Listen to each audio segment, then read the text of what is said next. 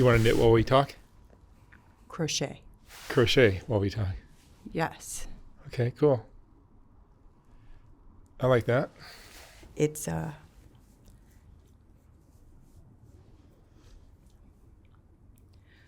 one of the tools that I use sometimes to talk about the things that I've experienced in life. You understand. We all need tools to manage.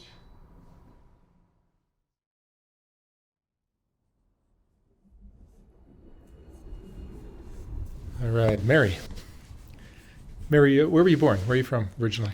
I was born in Pennsylvania to an Amish family. I was the sixth child and the only girl at that point in time. My parents had 3 more sons after me. When I was 5, my 7-year-old cousin, my uncle, and my biological father were all killed in a tragic car buggy accident. My biological mother got remarried when I was 12 to a widower from Wisconsin. But before that happened, we had lived in 2 other Amish settlements. They were old order Amish in western Pennsylvania. He had, from a previous marriage, he had,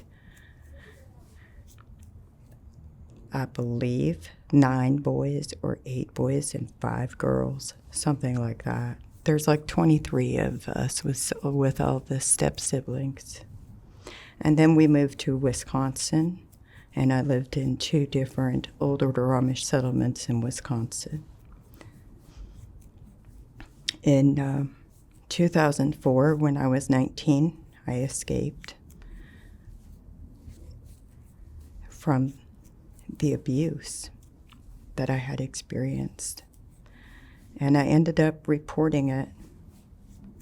And there were 5 people in my immediate family that were arrested and prosecuted for crimes they committed. Can I ask you what kind of stuff was going on? Abuse of all types. There was religious trauma, there was child sexual abuse, there was physical abuse, there was emotional abuse.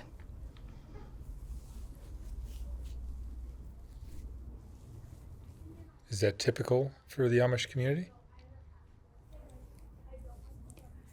You know, part of what happens when I talk about why I escape is far too often people respond with this, well, but you could have just left on Rumspringa, which is a stereotype, the idea that we get to go out and experience the world and then make a decision without any repercussions. That's in the Amish community before you're 18, I think?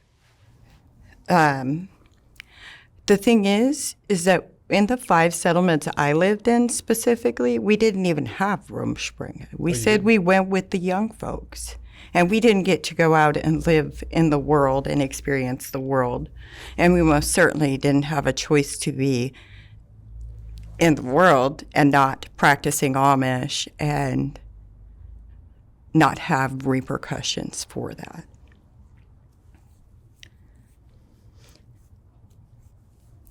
And so part of what happens is there's a lot of stereotyping of Amish people. And stereotyping inherently, when you talk about stereotyping people, if we sit there and we say these people are all good or they're all bad, we're inherently harming the very group of people we're talking about. And I say this as somebody who repeatedly hears reports of people who are committing suicide or perhaps that's not quite the right way to say that. Maybe they're dying from suicide because of the lack of access to appropriate resources, I believe.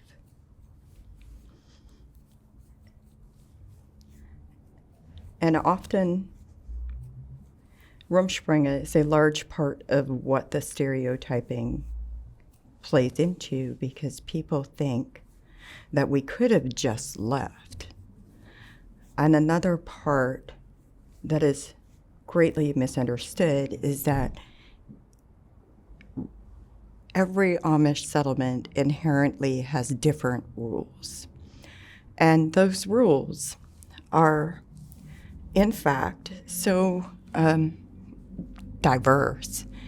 Like in one settlement, they may be allowed to have buggies with battery lights on them.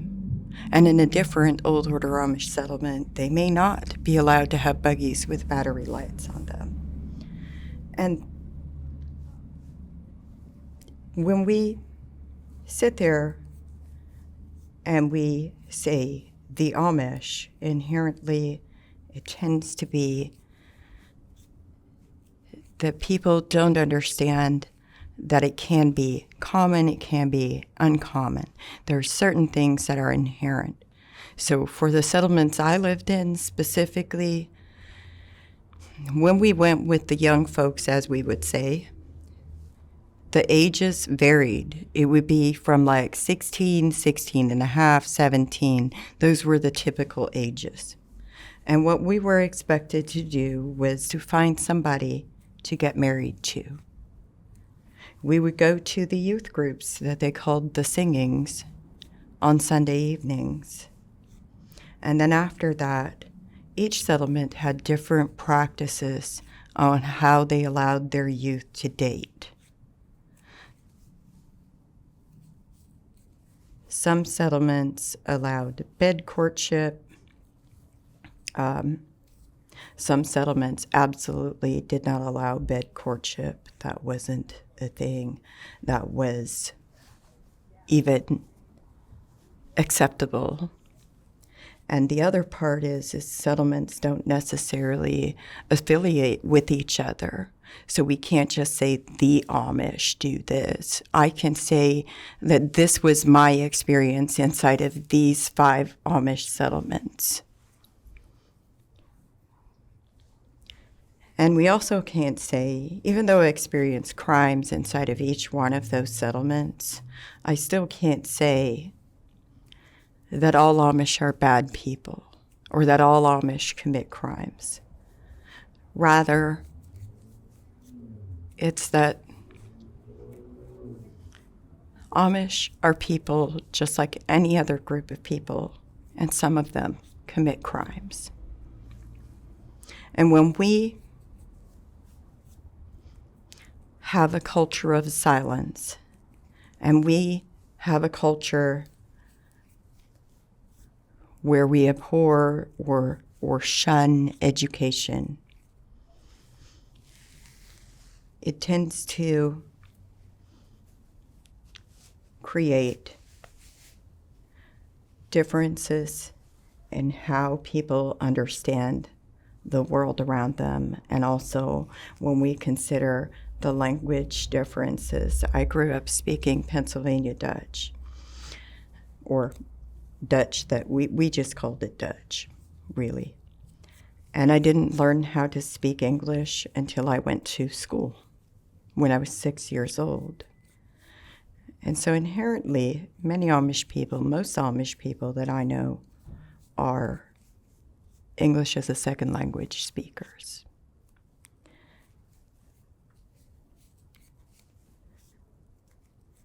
And how that affects people when we go out into the dominant culture and we try to assimilate into dominant culture can vary depending on the degree of insularity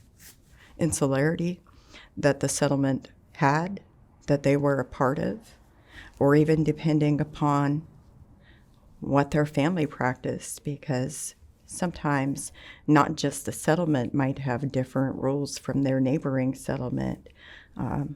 Because the ministry gets together, they might have different church districts, and every spring and every fall, the ministry gets together and they rewrite the rules for that settlement. And inside of each church district, it's the ministry's responsibility to write that rules, the Ordnungsbrief, the Ordnungsbrief. And then they take it to the church, and the church is supposed to have a vote on it, which is kind of like a vote. When I was baptized into the church, I was 17 years old. And I was told that any time there is a vote, I'm not allowed to vote against whatever my stepfather wrote it as, because my vote had to support him to be submissive to the authority of the head of the household.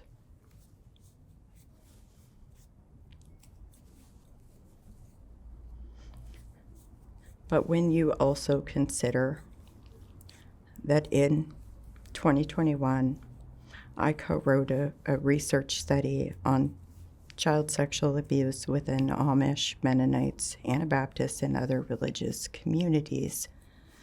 What we discovered, without a shadow of a doubt, is child sexual abuse does exist within Amish settlements and homes.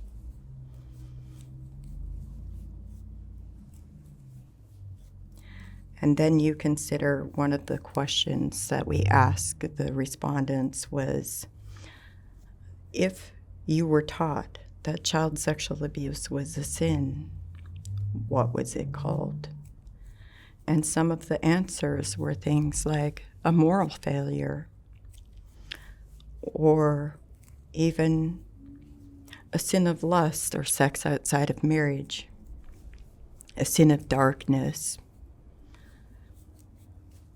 Part of me has to ask, is this a thing where religious language around crimes affects how we think about it and how we talk about it?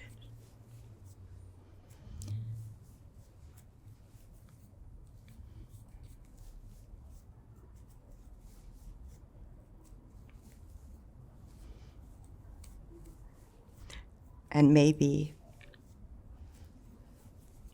social workers and people who come in contact with Amish people could benefit from understanding better simply the language differences.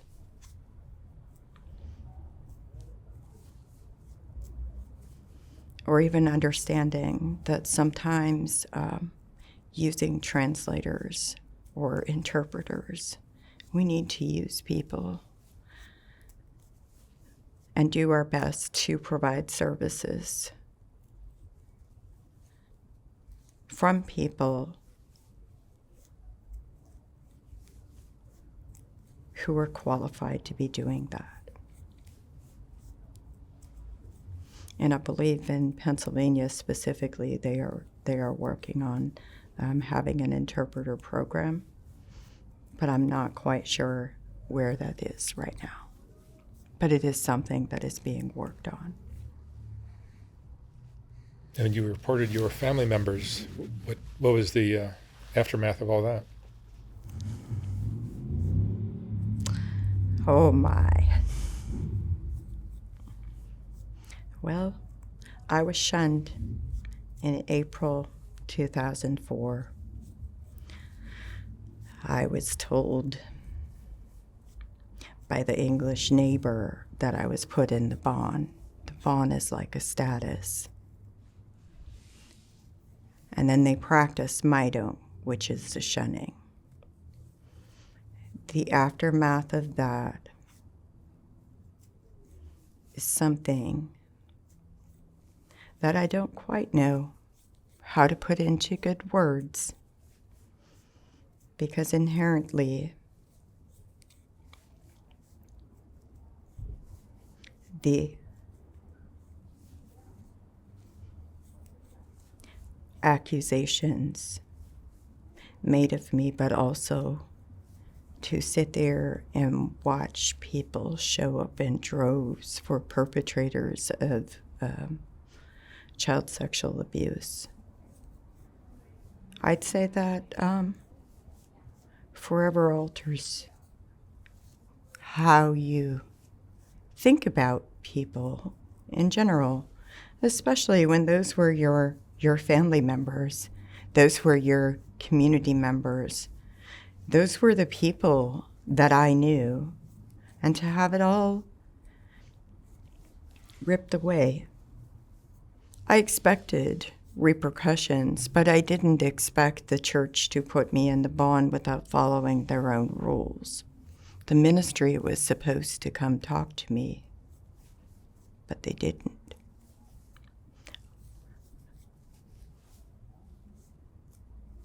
And it's interesting because, when I was baptized, I promised that I wouldn't tell church business to outsiders.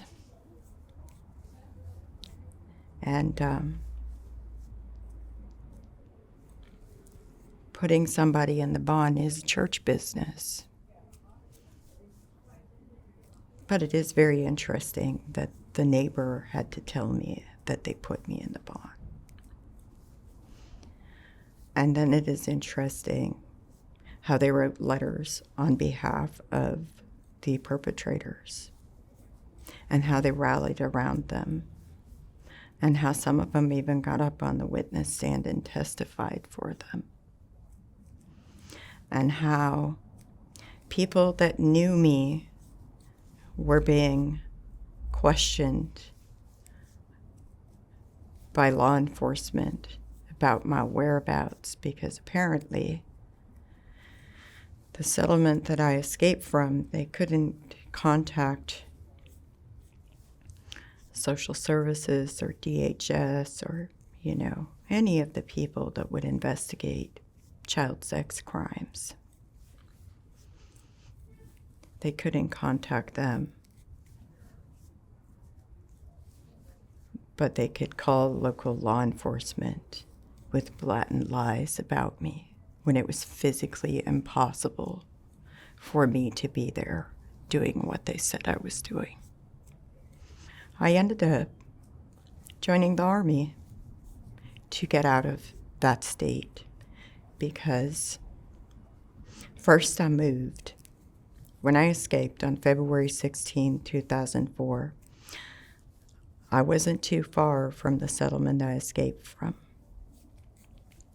But then I moved, and as the court cases went on, I moved again. I moved further away. And when my friends were being questioned, my coworkers were being questioned, I asked law enforcement, what can I do? Because I'm not doing these things, and I don't know how to make it stop. And they said, really, the only thing they know is to move away. So I moved again. I moved 2.5 hours away. And then I moved again. And then I moved again. And I still wasn't any closer than 2.5 hours away. And yet, when I went to the gas station to get gas one day, there's a whole van load of Amish people sitting right there. And maybe they didn't know that I was there. I don't know. But at that point, it solidified the idea that I need to leave the state. I legally changed my name, and I joined the Army, and the Army took me out of Wisconsin. The Army also gave me a different perspective, different set of values, introduced me to a whole bunch of different people.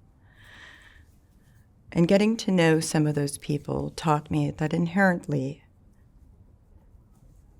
groups of people around the world have problems. They have crimes that are committed. But how people handle those problems matter. If they have crimes that are being committed, it matters how they handle it and what they're doing about it. And I also learned that English as a second language really does affect the way that we communicate. One of my battle buddies actually explained it to me when I was in medic school. It was pretty interesting to hear and get to know from so many people from so many different walks and ways of life, because they taught me things about myself and about where I came from that I didn't even consider or think of until they gave me the space to do so. And that inherently, in and of itself, is beautiful. And then, after that, I ended up pregnant. And I got chaptered out of the Army because I didn't have a family care plan. And it kind of felt like a betrayal, but in the same token, I wasn't able to do what I needed to do because both parents of this child were active duty. And so somebody had to get out. And I did what I had to do. And then in 2008, I started going to college, and I obtained my associate's degree in 2010. And I was still married to somebody who was active duty, and we went from different military bases. We ended up moving overseas, and I lived in Germany for 5 years. We did separate and get divorced while I lived in Germany. Sometimes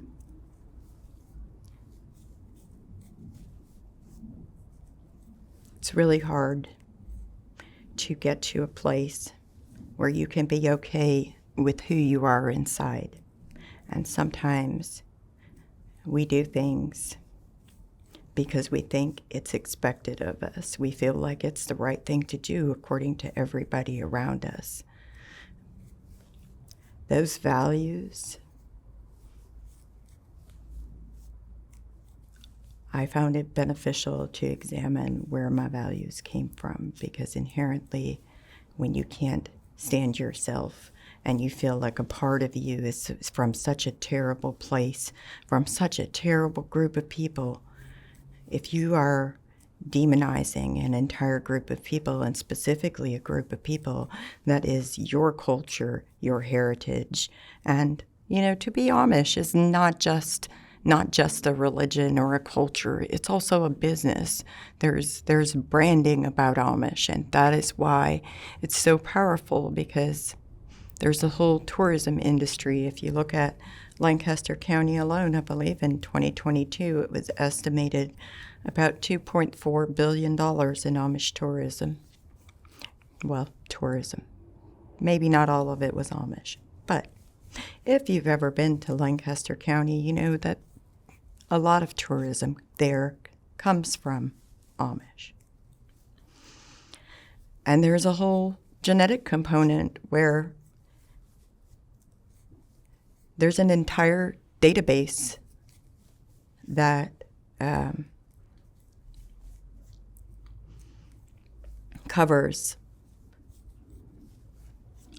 Amish, Mennonites, Hutterites, and their specific genetic disorders. It even delineates it by Amish or Mennonite or Hutterite.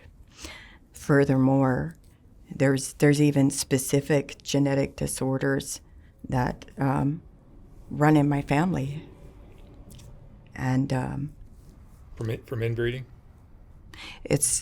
they call it the founder effect in research. Primarily, it's because for almost 400 years, when we split from the Mennonites, because the Mennonites didn't practice shunning right,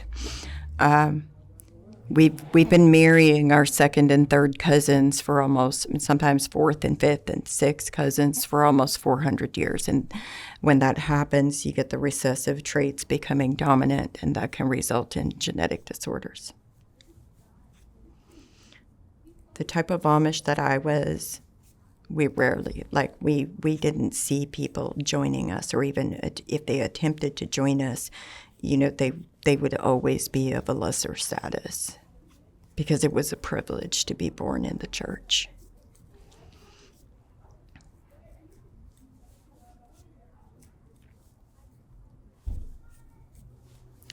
But anyways, the point is, That is my culture. That is my heritage.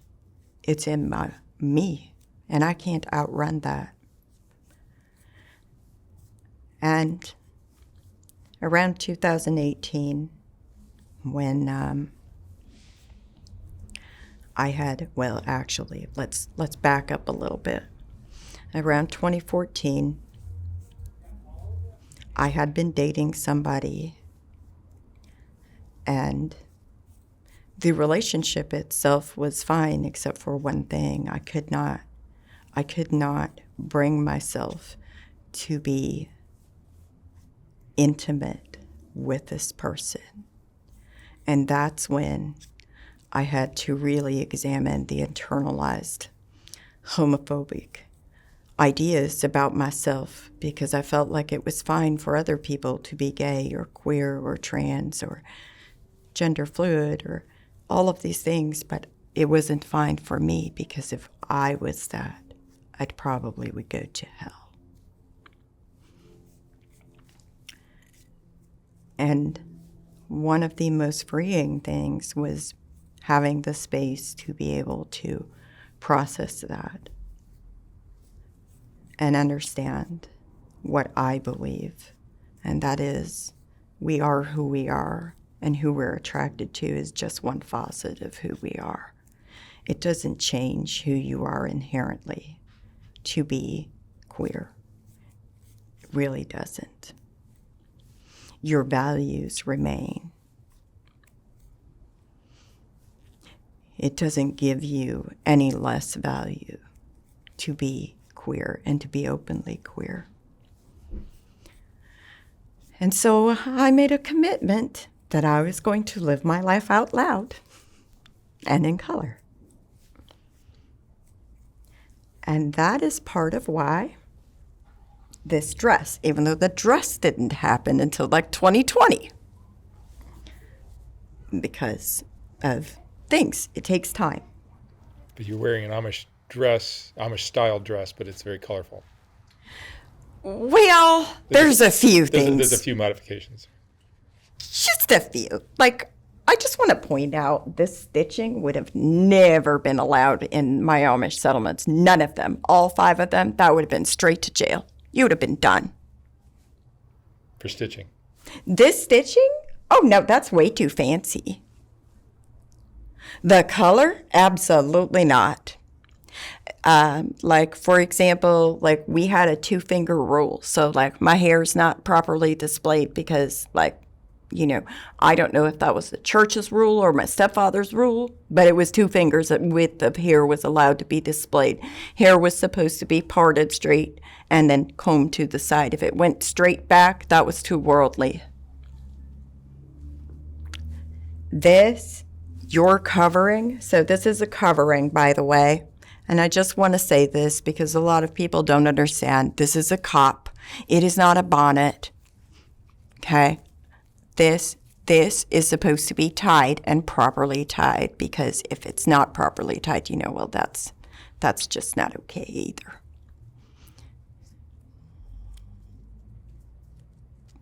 And, you know, this is absolutely not allowed. Having this embroidery stitching on it, not allowed. This cape is a little too narrow. The dress itself is a little too short. Our dresses were supposed to be exactly 8 inches from the floor in the last settlement that I lived in.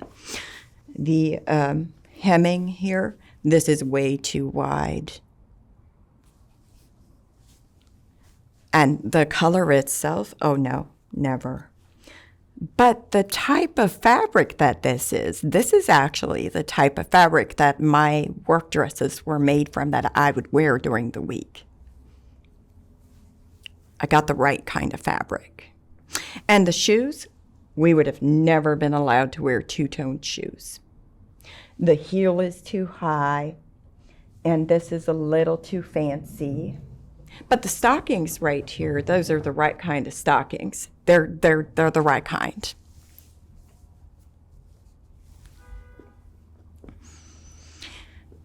Because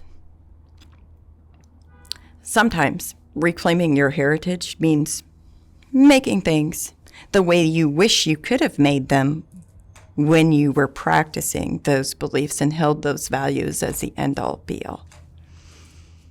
So for me, it felt freeing to be able to remake this into something that doesn't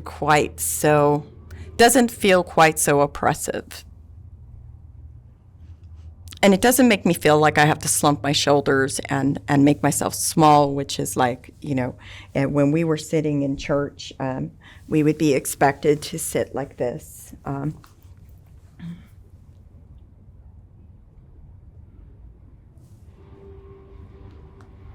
make yourself small? Yep. You would see rows of Amish women just sitting like that. Sometimes they would sit like this.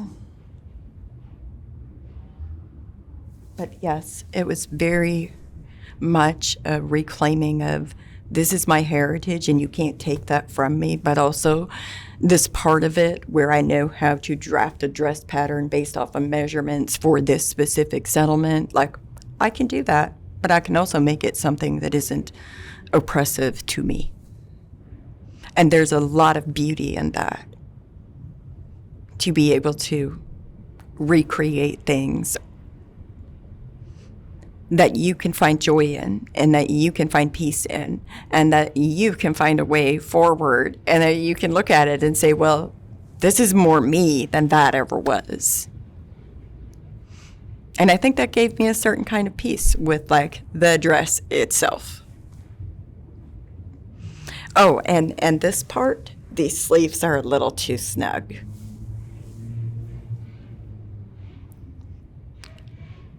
So, yeah. Do you talk with your family at all?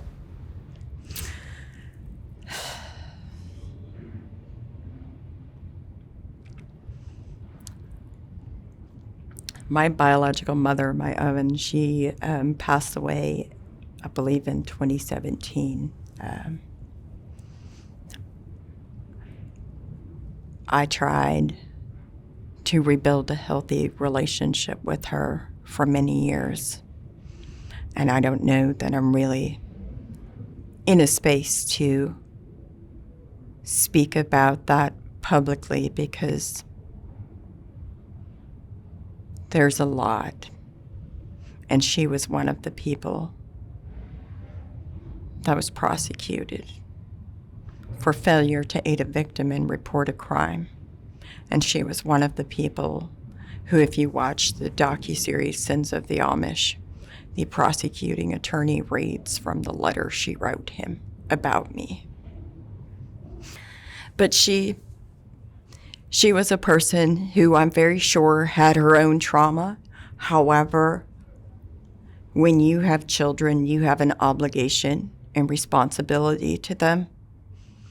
And I do think that people can do better. As Maya Angelou says, people, when they know better, they can do better. And sometimes people who know better or who are informed of better, they reject that and they choose to continue down a pathway of destructive behavior towards people they proclaim to love.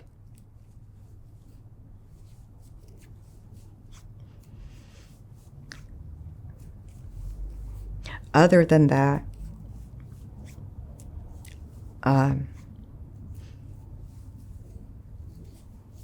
2018 was the last time I spoke to any of my practicing Amish family. But ultimately, I was also told never to come back by someone I care deeply about.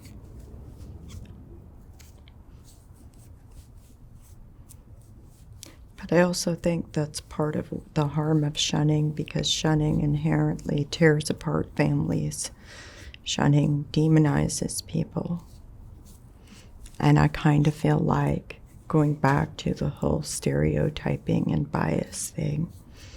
When you stereotype people who leave or people who are not practicing, and you make it into an us versus them thing, and then it leads to bias, and then inherently it enables harm against those people.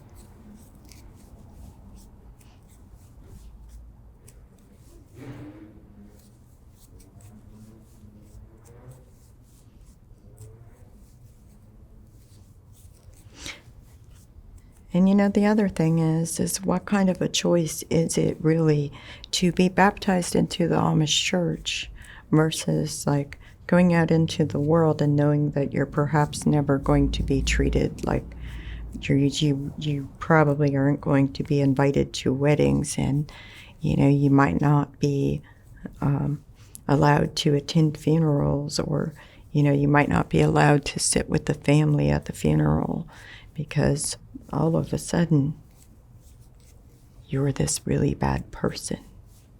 And I don't know that it's necessarily just because I left that I'm this really bad person. It's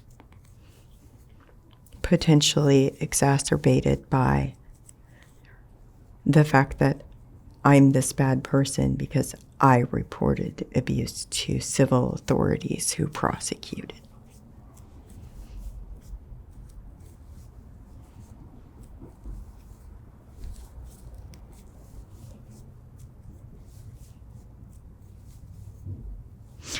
And what leads me to that conclusion is that, other people who were also shunned from that settlement, they can attend funerals that I'm asked to stay away from. They can attend funerals and walk through and view the dead as is customary for our culture.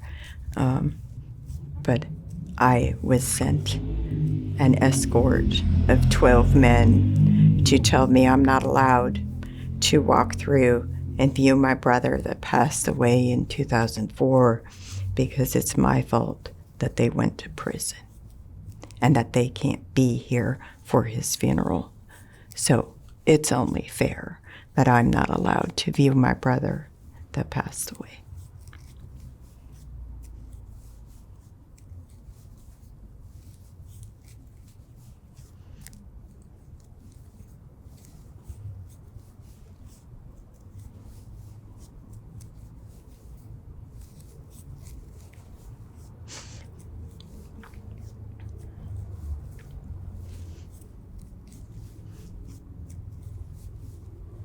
And the other thing is that the effects of shunning itself can also vary in different families, like even from settlement to family. How they shun people may vary based on what they perceive is the appropriate type of shunning.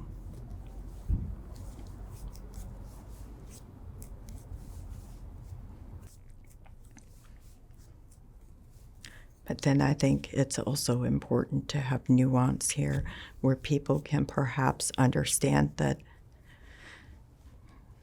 this is what I experience, and other people may experience it differently.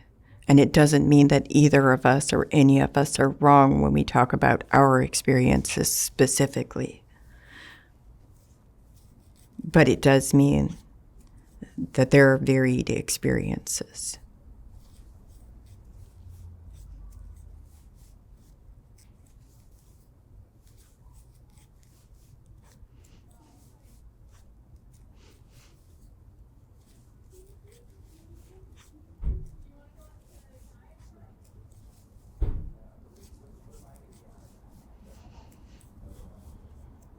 And in conclusion, I would say, you can take you can get out of the Amish community, you can get out of the settlement, but you can't take the Amish out of the person.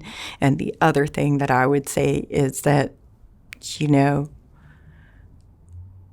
there's the Plain People's podcast out there, which tells stories about Plain people, and that can be inherently helpful for outsiders to understand what some of the differences are and yet similarities. Anabaptists are not a monolith. Just because you see Plain people doesn't mean that it's Amish people. People can live a plain lifestyle and dress plain and be atheists.